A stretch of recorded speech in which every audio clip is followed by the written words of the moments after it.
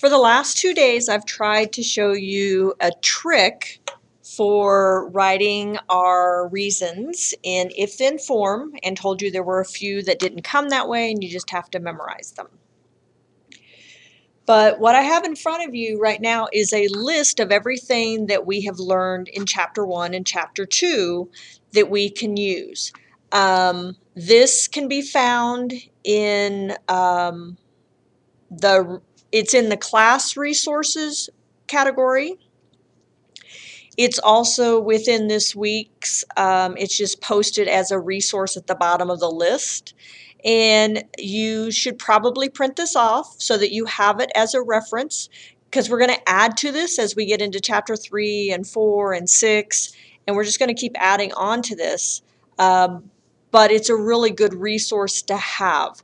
Now remember that everything that says definition is the shortest possible way to write that. You can always put them in if-then form. For example, number 1, definition of congruent. There are actually 2 definitions of congruent. There's definition of congruent segments, and there's definition of congruent angles. And when you're using the definition, if you choose to do definition of congruent, you have to say segments or angles. If you just say definition of congruent, that does not actually count. But do remember, you could just write if 2 segments are congruent, then their measures are equal, or if 2 segments measures are equal, then they are congruent. Definitions don't have an order, so we don't care which order you write that in, it's still a definition.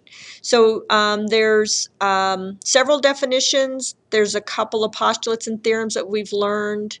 And so this is a really good list. If there's something on here you don't know, like I don't know the definition of perpendicular, then make sure you go back and look in your notes to do that. The second section is the postulates and theorems that are not written in if-then form. It is simply you know them or you don't. And so remember that there is congruence of segments and congruence of angles. So if the proof is about segments and you say congruence of angles is symmetric, it is counted incorrect because you are not referencing the proper shape. Section 3 are the properties. That is lesson 2.5 from Thursday of last week. And so if you need to go back and review those, please do so. And then I put in some helpful hints. If your step A is about measures and then your step B is about measures as well, that is a property. Anytime you go from a measure to a measure, it will be a property. If you went from measures to congruent, that is not a property. If you go from congruent to congruent, that is not a property. Something else you might be aware of is if you go from a measure to words, like you're making something, that is generally a definition. Not always, but generally. But when it goes from a measure to a measure, it is always a property. It is always a property. Okay, so that is just an extra reference sheet for you. Today we are on day 3. And again, if you have not already printed off these notes, please stop the video and get those printed off. There's way too much here for you to try to freehand. So please get that out. Today is September 16th. I was about ready to say August. We're in September. This is September 16th. And it's the objective kind of looks like yesterday's. We're going to apply complex reasoning, so deductive reasoning, to complete a 2-column proof. Yesterday we said multi-step proof. Multi-step proofs are, they come in a variety of forms. There's the 2-column proof, the paragraph proof, the indirect proof, there's the flow proof, but we're going to do a 2-column proof, which is what we've been prepping you for over the last 3 days, but it's officially called a 2-column proof. And we're going to again be given reasons, and remember, reasons are general statements such as definitions, postulates, theorems, things like that.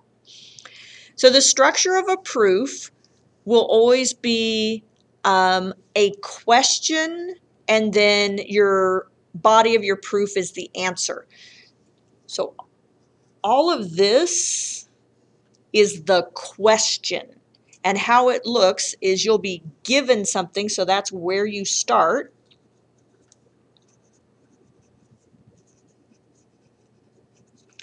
And you will be asked to prove something, and that is where you end.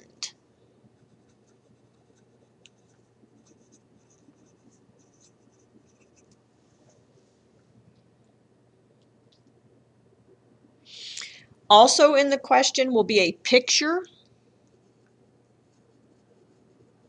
and it's for reference. Sometimes it has information on there you'll need to talk about, but for today, it's simply a reference point.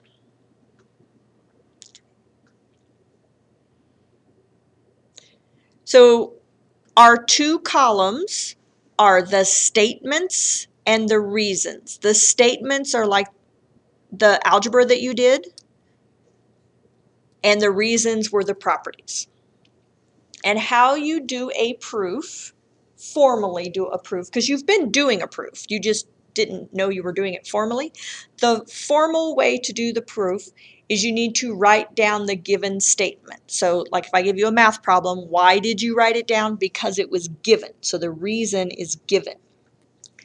Now what we've not done, and we still aren't going to do today, but I just wanted to forewarn you, is that sometimes you will have multiple givens.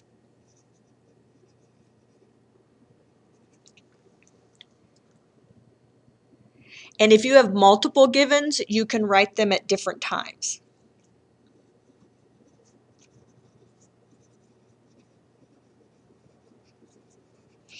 So if you have multiple givens, they can be separated. I think I spelled separated right. Okay, can be separated. But again, today we're only going to have one given. Tomorrow we'll have more than one given, and you'll see how they can be separated. But we're going to start with the given because that's what the question says. If I give you this, if this is where I want you to start, how do you get to the end? How do you get to the end? And so the how you get there is the body of the proof. This is the most important part of the proof, is that second statement. Okay, we're going to write the next logical truth about the previous statement or statements. And so this could multiple times.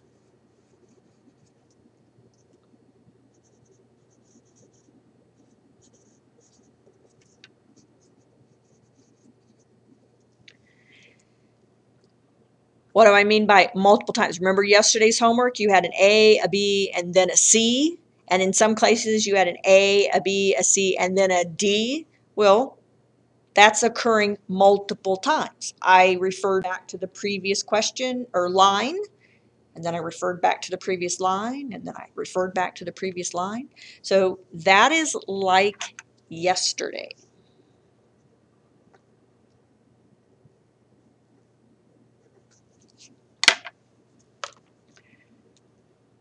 So when we wrote our if-then sentences yesterday, or wrote our reasons yesterday, what were some of the things we did? For some of them, we did a postulate, such as the segment addition postulate, or the angle addition postulate, or linear pair supplementary. Sometimes we did a theorem. Vertical angles are congruent. Congruence of angles is symmetric. Things like that. Sometimes we did definitions. Definition of a right angle. Definition of a linear pair. Definition of perpendicular lines. Definition of a midpoint. Definition of congruent angles. So definitions.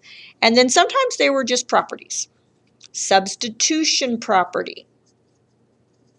Transitive property.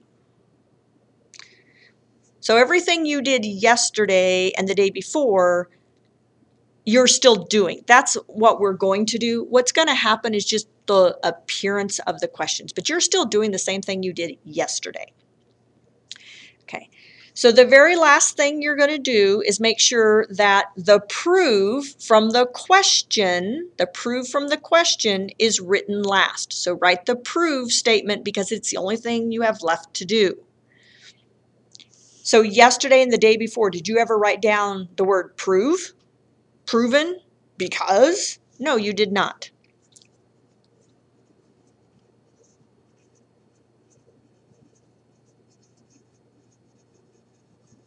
Okay. So you will never say that in the end. Just like you haven't done it in the last 2 days, you're not going to start now just because I've titled it prove. Okay. And here is the most interesting one.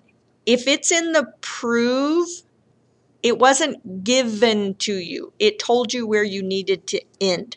So don't ever say given down here at the bottom. Given will never be your last reason. So what has been your last reason in the last couple of days? Well, exactly what it was up here. It was either a postulate, or it was a theorem, or it was a definition, or it was a property. I know I abbreviated all of those because we've already written them. So postulate, theorem, yes, that is THM, definition, or property.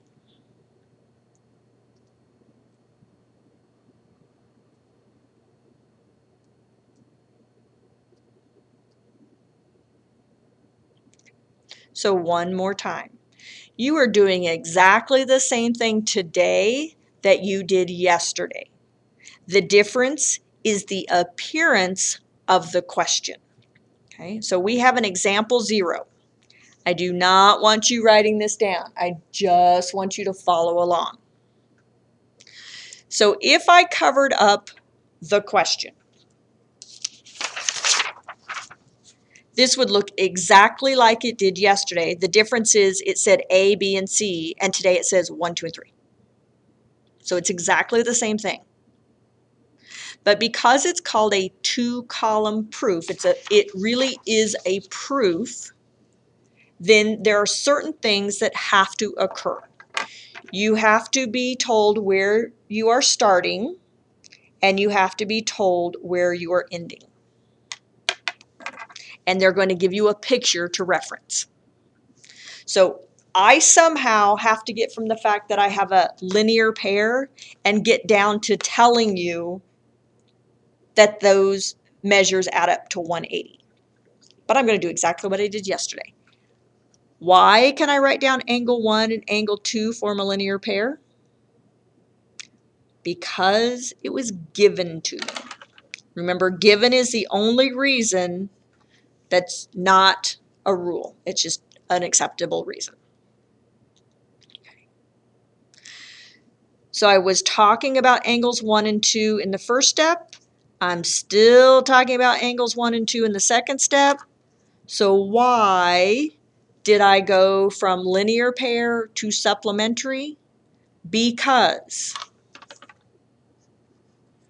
if two angles form a linear pair, then they are supplementary, which is a postulate from chapter 1. Remember, at no time under the reason column, see, that's how you got 2 columns, just in case you didn't catch that. Column 1, statement. Column 2, reason.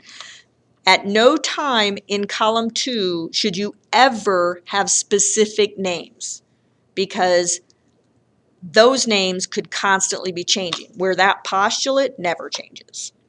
Okay, so I'm going to ignore step 1 and go to step 2. I'm still talking about angles 1 and 2 in both cases, but I'm going from words, to a measure.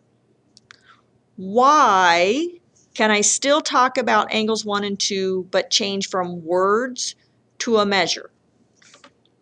If 2 angles are supplementary,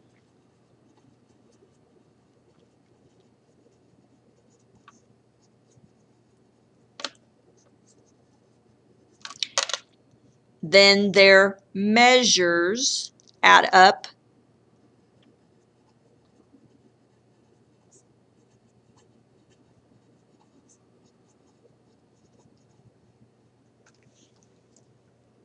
to 180 degrees. So again, did I start where they told me to start? Yes. Did I end where they told me to end? Yes. Can I tie them together? Yes. Remember, 2 ends with supplementary, so 3 should be starting with supplementary. Which one of those is the definition of supplementary? Good.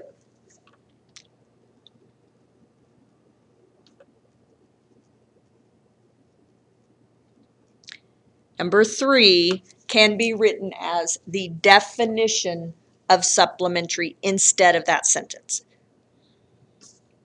And then number 2, I could have just said linear pair are supplementary. That's the short version.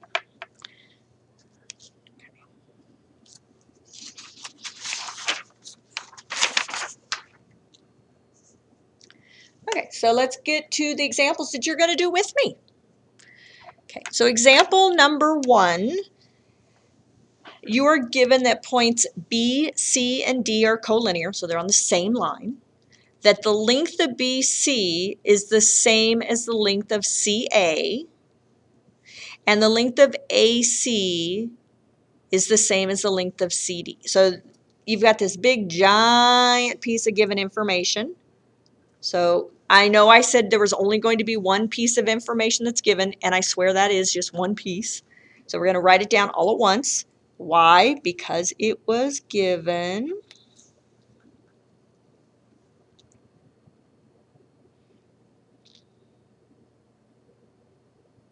Okay. So something about 1 gives me number 2, but why? What postulate, theorem, definition, or property works? So you really have to look at what you have. You have the length of BC. So I'm going to circle it in number 1 so you can see it. And you have the length of CD.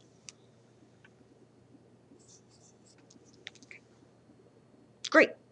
There they are. They're both in step 1, but they're not in the same line. So how do they get from step 1 to step 2? How do they get from different lines to the same line? Is it a postulate, a property, a definition, or a theorem? Hint, you are going from measures of segments to measures of segments. It's a property. I guarantee you it is a property. We just have to figure out which one.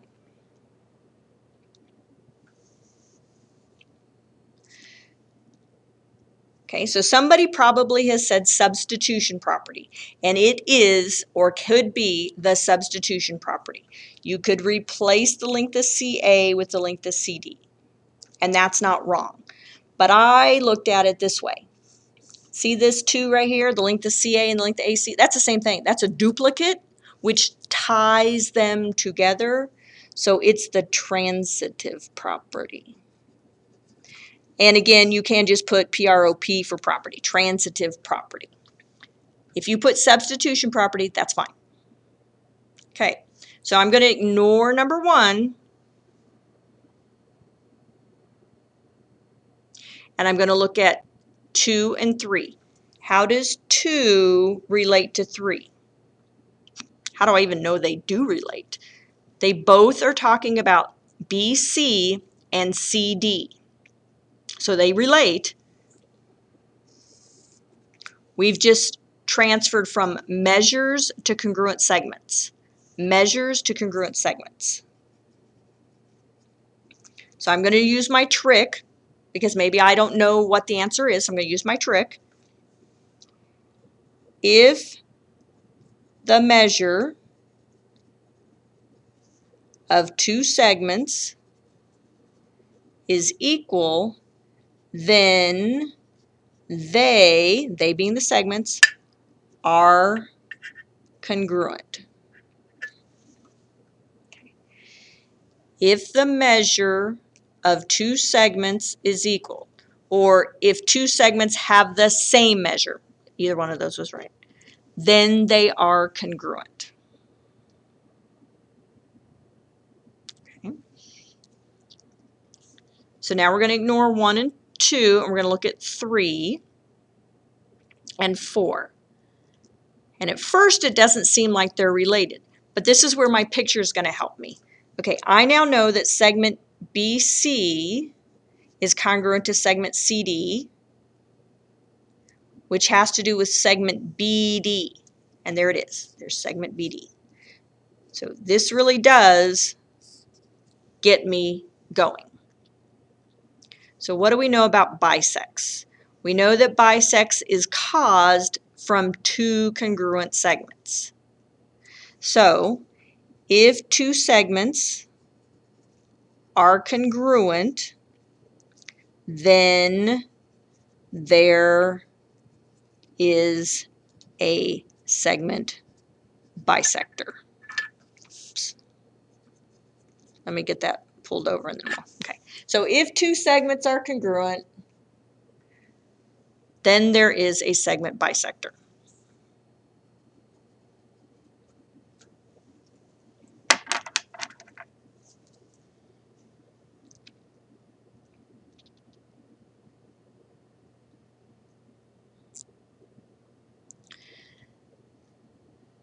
Okay, so I used the if-then trick for everything.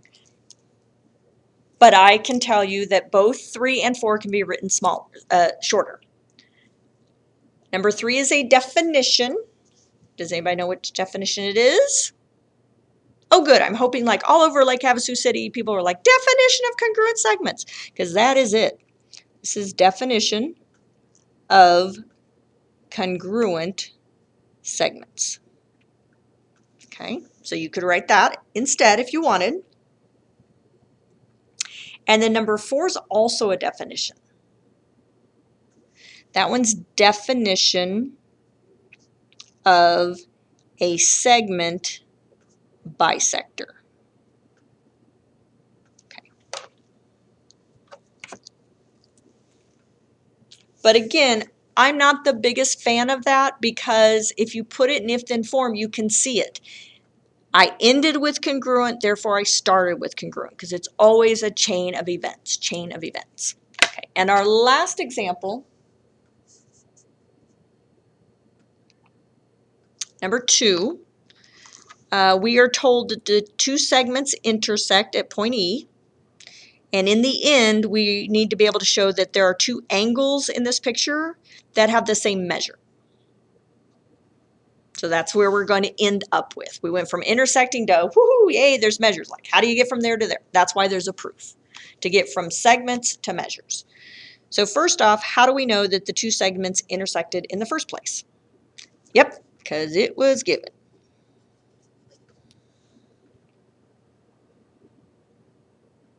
So remember the question of the week a couple of weeks ago, how do you know that two angles are vertical angles? And so many of you did a great job. You said, well, you got to have intersecting lines, which is exactly what we have. We have intersecting lines. So if two lines intersect,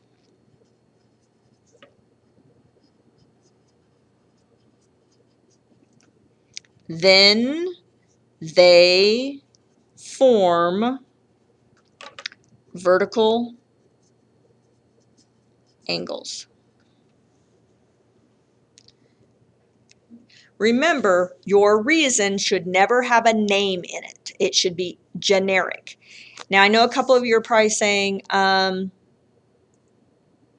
why in the world are you not saying if two segments intersect? Because that sentence doesn't say segments. It says lines.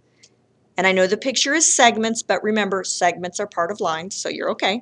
So if two lines intersect, then they form vertical angles, because that's what's happened. We had intersecting lines, now we have vertical angles. Okay, so we're going to ignore number 1. And we're going to go from 2 to 3.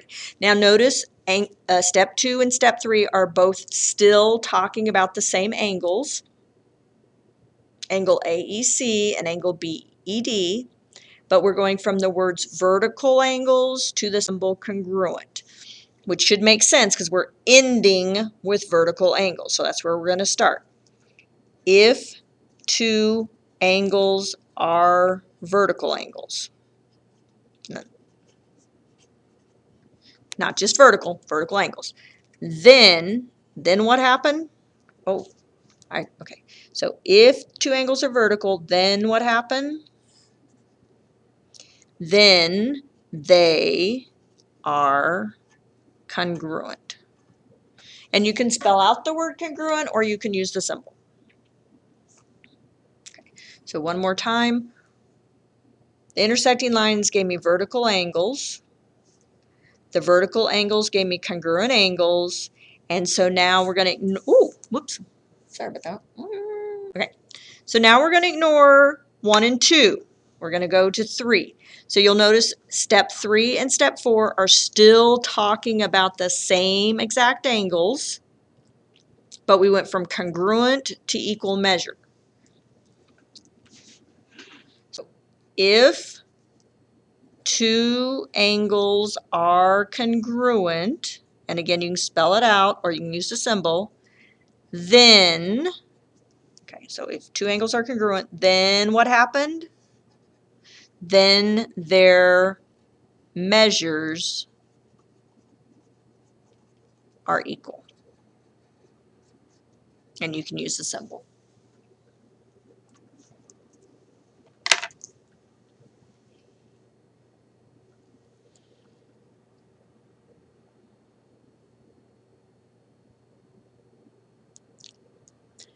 So one more time.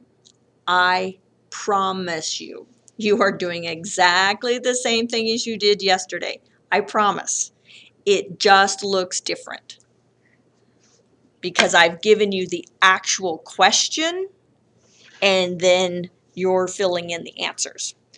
So I know some of you are like, well, couldn't I have written something else? Yes, you could. So let's go back and talk about what the shorter versions of all of these are.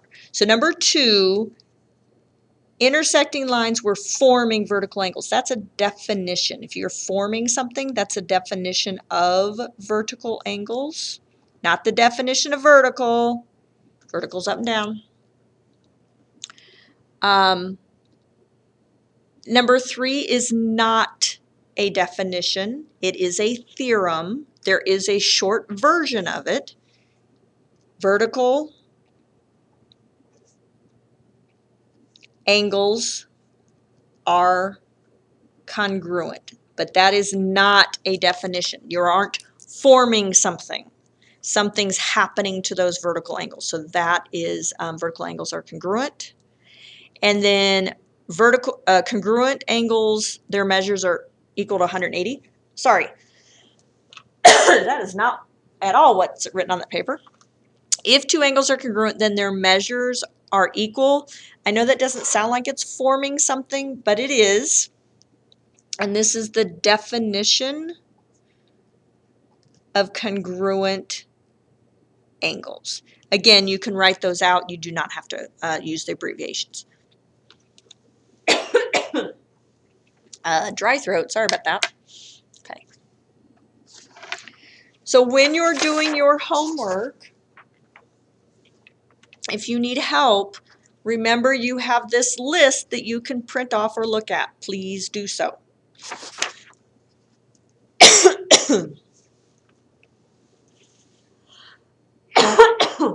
Sorry about that. Please give everything a try. Again, if you find it easier, print off the Google form, do it on your own, and then go back into the Google form and answer the questions.